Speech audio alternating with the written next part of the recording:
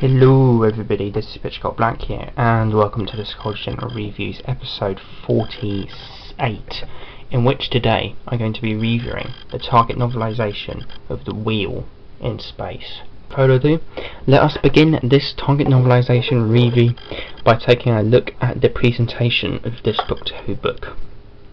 So in the top hand corner we have number 130, Doctor Who The Wheel in Space, Terrance Dicks, the Target logo, and then for the sort of cover itself we have a Wheel in Space Cyberman with a sort of redesigned version of the space station in the story in the background, and with all sorts of set against sort of space and stuff. Kind of a weird cover if you think about it, considering the Cyberman is just basically air thrusting in space by the looks of it.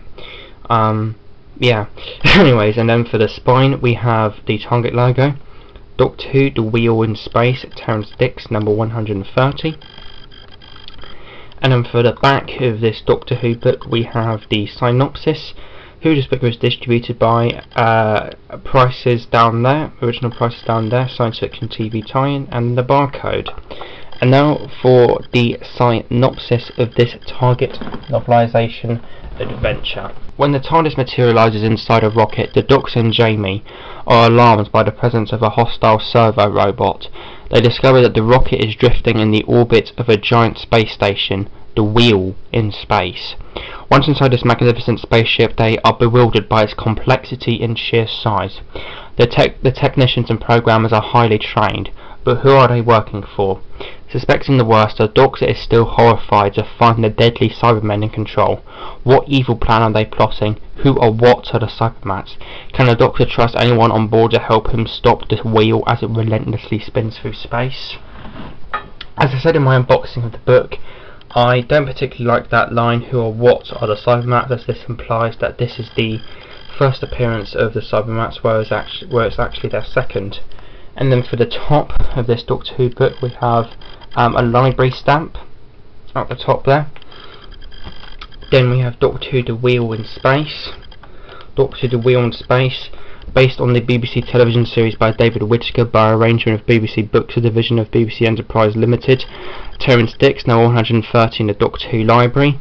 Target, a Target book published by the paperback division of W.H. Allen & Co. plc. And then there we have various copyright guff, and then there we have the contents of this book. This is an 18 chapter Doctor Who book spread across 134 pages approximately, or actually it's 134 pages. And then for the back we just have a little sort of competition-y type thing for 25th anniversary of Doctor Who competition. And then at the back there we have discarded stamp and Nose Hill Library Young Adult paperback. Nose Hill Library. Do they read with their noses or something? Can you have that, like eyeballs in your nostrils? Yeah, fascinating. Need to look into that. Could be interesting on Rule 34.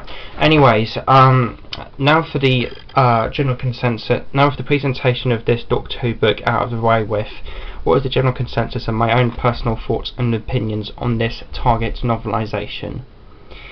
As for the general consensus of this targeted adventure, it has an average rating of 3.46 out of 5 on Goodreads, with fairly mixed reviews, with 3-star and 4-star ratings and a couple 2 and 5s thrown in there. Do I agree or disagree with the general consensus of this book? Let us find out. Season 5 of Doctor Who is amazing for most, if not all, classic Doctor Who fans, hosting many fan-loved stories such as The Tomb of the Cybermen, The Web of Fear, and the rather haunting Fury from the Deep.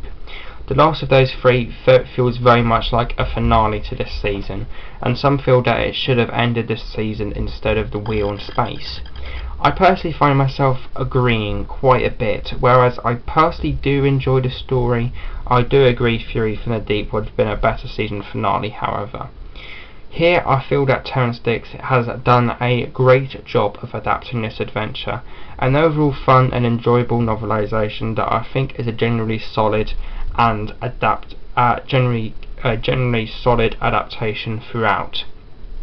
And I will say he has done a very good job of minimalising the sort of complexity of this story, as the original TV story is rather complex. But overall, I do think this is a fantastic and solid target novelisation throughout. Not the best that I have ever read, but if you do somehow manage to track down this book for a very good price, like 20 quid, which is what I did, it is worthy of picking it up because it is a good target novelisation.